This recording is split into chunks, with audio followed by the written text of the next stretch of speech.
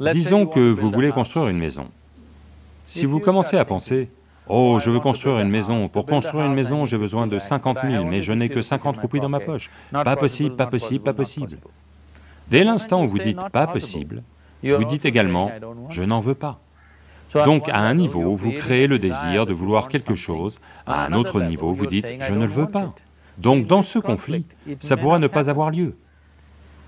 Quelqu'un qui a une certaine foi, en un dieu ou en un temple ou autre, qui est simple d'esprit, la foi ne fonctionne que pour ceux qui sont simples d'esprit.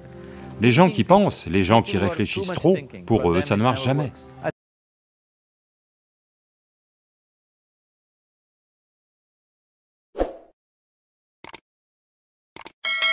Tout ce que nous, en tant qu'êtres humains, avons créé sur cette planète, a essentiellement d'abord été créé dans notre mental. Tout ce que vous voyez, qui est le travail de l'homme sur cette planète, c'est d'abord exprimé dans le mental, puis ça s'est manifesté dans le monde extérieur. Les merveilles que l'on a faites sur cette planète et les horreurs que l'on a faites sur cette planète, toutes sont parties du mental humain. Donc si l'on se soucie de ce que nous créons dans ce monde, il est extrêmement important que tout d'abord, nous apprenions à créer les bonnes choses dans notre mental. Comment maintenir notre mental? Si on n'a pas le pouvoir de maintenir notre mental tel qu'on le veut, ce que l'on crée dans le monde sera également très accidentel et aléatoire. Donc apprendre à créer notre mental tel qu'on le veut est la base pour créer le monde tel qu'on le veut. Il y a une merveilleuse histoire dans la tradition yogique. Un certain jour, un homme part marcher. Il part faire une longue marche. Accidentellement, sans le savoir, il entre au paradis. Chanceux, n'est-ce pas? Il marche simplement et atterrit au paradis. Après cette longue marche, il se sent un peu fatigué. Alors il se dit, « Oh, je suis fatigué, j'aimerais pouvoir me reposer quelque part. » Il regarde autour, là, il y a un bel arbre, sous lequel il y a une herbe très tendre. Donc, c'est attrayant, il va y poser la tête et s'endort. Au bout de quelques heures, il se réveille, bien reposé, et se dit, « Oh, je suis bien reposé, mais j'ai faim, j'aimerais avoir quelque chose à manger. » Et il pense à toutes les belles choses qu'il a toujours voulu manger dans sa vie. Et instantanément, toutes ces choses apparaissent devant lui. Vous devez comprendre que là-bas, le service est comme ça. Les gens qui ont faim ne posent pas de questions. La nourriture arrive et ils mangent. Une fois l'estomac plein, ils pensent, « Oh, j'ai le ventre plein, j'aimerais avoir quelque chose à boire. »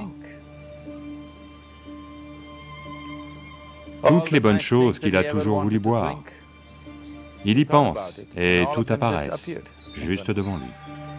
Il regarde juste autour de lui et se dit, « Que diable se passe-t-il ici? Je demande à manger, de la nourriture arrive, je demande à boire, des boissons arrivent, et il doit y avoir des fantômes par ici. Et des fantômes arrivent. Oh, les fantômes sont arrivés, ils vont m'encercler et me torturer, pense-t-il. Immédiatement, les fantômes l'encerclent et commencent à le torturer.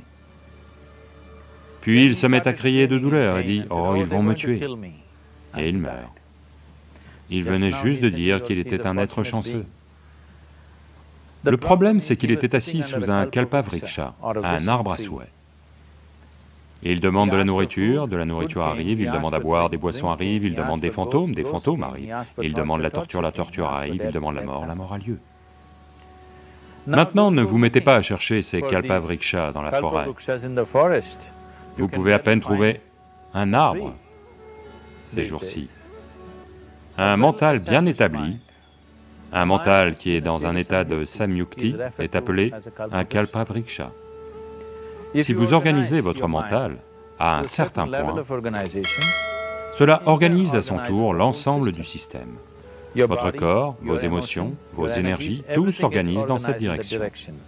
Une fois que toutes ces 4 dimensions en vous, votre corps physique, votre mental, vos émotions et les énergies fondamentales de la vie sont organisées dans une seule direction. Une fois que vous êtes comme ça, tout ce que vous souhaitez a lieu, sans même lever le petit doigt, à vrai dire. Ça aiderait d'assister la chose par de l'activité, mais même sans faire la moindre activité, vous pouvez tout de même manifester ce que vous voulez, si vous organisez ces 4 dimensions dans une direction et les maintenez dans cette direction un certain temps. En ce moment, le problème avec votre mental, c'est que, à tout moment, il change de direction. C'est comme si vous voulez aller quelque part, et tous les 2 pas, vous changez de direction. Il est très peu probable que vous arriviez à destination, à moins que ça n'arrive par chance. Donc, en organisant notre mental et, par conséquent, l'ensemble du système, et ces 4 dimensions de base de ce que vous êtes en ce moment dans une seule direction, si vous faites ça, vous êtes vous-même un Kalpavriksha. Tout ce que vous souhaitez va avoir lieu. Une fois qu'on dispose d'une telle capacité, il est très important que nos actions physiques, nos actions émotionnelles, nos actions mentales et nos actions énergétiques soient contrôlées et dirigées comme il faut. Si ce n'est pas le cas, nous devenons destructeurs, autodestructeurs. En ce moment, c'est notre problème. La technologie, qui est censée rendre notre vie belle et facile, est devenue la source de tous les problèmes, et l'on détruit la base même de notre vie, qui est la planète. Donc ce qui aurait dû être une bénédiction, on en fait une malédiction. Ce qui nous a apporté des niveaux incroyables de confort et de commodité au cours des 100 dernières années est aussi devenu une menace pour notre vie, simplement parce que nous ne sommes pas dans une action consciente, nous sommes dans un état d'action compulsif. Donc organiser notre mental correspond essentiellement à passer d'un état d'activité compulsif à un état d'activité conscient. Vous avez peut-être entendu parler de gens qui demandent quelque chose et pour qui ça se réalise au-delà de toute attente. En général, cela arrive à des gens qui sont dans la foi. Maintenant, disons que vous voulez construire une maison. Si vous commencez à penser, « Oh, je veux construire une maison, pour construire une maison, j'ai besoin de 50 000, mais je n'ai que 50 roupies dans ma poche. Pas possible, pas possible, pas possible. » Dès l'instant où vous dites « pas possible », vous dites également « je n'en veux pas ». Donc à un niveau, vous créez le désir de vouloir quelque chose, à un autre niveau, vous dites « je ne le veux pas ». Donc dans ce conflit, ça pourra ne pas avoir lieu. Quelqu'un qui a une certaine foi, en un dieu ou en un temple ou autre, qui est simple d'esprit, la foi ne fonctionne que pour ceux qui sont simples d'esprit. Les gens qui pensent, les gens qui réfléchissent trop, pour eux ça ne marche jamais. Une personne enfantine qui a une foi simple, en son dieu ou en son temple ou autre, il va au temple et dit, « Shiva, je veux une maison, je ne sais pas comment, tu dois le faire pour moi. » Maintenant, dans son mental, il n'y a pas de pensée négative. Cela va-t-il se produire? Cela ne va pas se produire? Est-ce possible? Est-ce impossible? Ces choses sont complètement supprimées par le simple acte de foi. Maintenant, il croit que Shiva va le faire pour lui et ça va arriver. Donc est-ce que Shiva va venir construire votre maison? Non, je veux que vous compreniez que Dieu ne lèvera pas le petit doigt pour vous. Ce que vous appelez Dieu est la source de la création. En tant que créateur, il a fait un travail phénoménal, il n'y a aucun doute là-dessus. Pouvez-vous penser à une meilleure création que celle-ci? Est-ce que quiconque a l'imagination pour penser quelque chose de mieux que ce qui est là tout de suite? Donc en tant que créateur, il a merveilleusement bien fait son travail.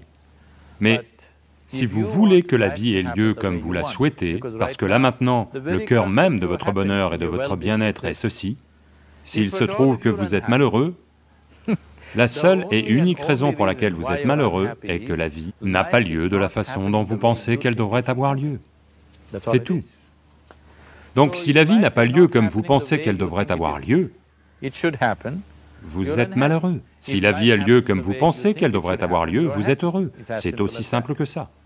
Donc pour que la vie ait lieu de la façon dont vous pensez qu'elle devrait avoir lieu, en premier lieu, la façon dont vous pensez, avec quel niveau de concentration vous pensez, le degré de stabilité de votre pensée et le degré de réverbération du processus de pensée vont déterminer si votre pensée va devenir réalité ou s'il s'agit simplement d'une pensée vide, ou si vous ne créez aucun obstacle à votre pensée en créant un processus de pensée négatif. Ce qui est possible et pas possible n'est pas votre affaire, c'est l'affaire de la nature. Votre affaire est juste de vous efforcer d'atteindre ce que vous voulez. Là maintenant, vous êtes assis ici. Si je vous pose deux questions simples, je veux que vous regardiez simplement ceci et y répondiez. Là maintenant, de là où vous êtes assis, pouvez-vous simplement vous envoler? Vous allez dire non. Là maintenant, de là où vous êtes assis, pouvez-vous vous lever et marcher? Vous allez dire oui. Sur quoi cela repose-t-il? Pourquoi dites-vous non au vol et oui à la marche? Du fait de votre expérience passée de la vie. Bien des fois, vous vous êtes levé et avez marché, vous ne vous êtes jamais envolé. Ou en d'autres termes, vous vous basez sur l'expérience passée de la vie pour décider si quelque chose est possible ou non. Ou en d'autres termes, vous avez décidé que ce qui n'a pas eu lieu jusqu'à présent ne peut pas avoir lieu dans votre vie à l'avenir. C'est une honte pour l'humanité et l'esprit humain. Ce qui n'a pas encore eu lieu jusqu'à présent sur cette planète peut arriver demain. Les êtres humains sont capables de faire en sorte que ça arrive demain. Donc ce qui est possible et ce qui n'est pas possible n'est pas votre affaire. C'est l'affaire de la nature va décider de ça. Vous regardez juste ce que c'est que vous voulez vraiment et faites des efforts en ce sens. Tout ce que tout être humain recherche, c'est de l'agréable en lui-même, de l'agréable autour de lui. Cet état agréable, s'il a lieu au niveau de notre corps, on appelle ça la santé et le plaisir. S'il a lieu au niveau de notre mental, on appelle ça la paix et la joie. S'il a lieu au niveau de nos émotions, on appelle ça l'amour et la compassion. S'il a lieu au niveau de notre énergie, on appelle ça la félicité et l'extase. C'est tout ce qu'un être humain recherche. Qu'il aille au bureau pour travailler, il veut gagner de l'argent, bâtir une carrière, fonder une famille, il va s'asseoir au bar, au temple, il cherche toujours la même chose, de l'agréable en lui, de l'agréable alentour. Si c'est cela que l'on veut créer, je pense qu'il est temps d'aborder la chose directement et de nous engager à le créer. Donc vous voulez faire de vous-même un être humain paisible, un être humain joyeux, un être humain aimant et un être humain agréable à tous les niveaux, et voulez-vous aussi un monde comme ça? Un monde de paix, un monde d'amour, un monde de joie? Non, non, je veux de la verdure, je veux de la nourriture. Quand on dit un monde joyeux, ça veut dire que tout ce que vous voulez s'est produit. Donc c'est tout ce que vous recherchez. Donc tout ce que vous avez à faire est de vous engager à le créer, à créer un monde de paix, de joie et d'amour, à la fois pour vous et tous ceux qui vous entourent. Si tous les jours le matin vous commencez votre journée avec cette simple pensée dans votre mental, aujourd'hui, où que j'aille, je vais créer un monde de paix, d'amour et de joie. Si vous chutez 100 fois dans la journée, quelle importance? Pour une personne engagée, l'échec n'existe pas. Si vous tombez 100 fois, 100 leçons à en tirer. Si vous vous engagez comme ça, à créer ce qui vous tient vraiment à cœur, maintenant votre mental s'organise. Une fois que votre mental s'organise, la façon dont vous pensez est la façon dont vous vous sentez, vos émotions vont s'organiser. Une fois que vos pensées, vos émotions sont organisées, vos énergies vont s'organiser dans le même sens. Une fois que vos pensées, émotions et énergies sont organisées, votre corps lui-même va s'organiser. Une fois que ces quatre sont toutes organisées dans une seule direction, votre capacité à créer et à manifester ce que vous voulez est phénoménale. Vous êtes le créateur à bien des égards.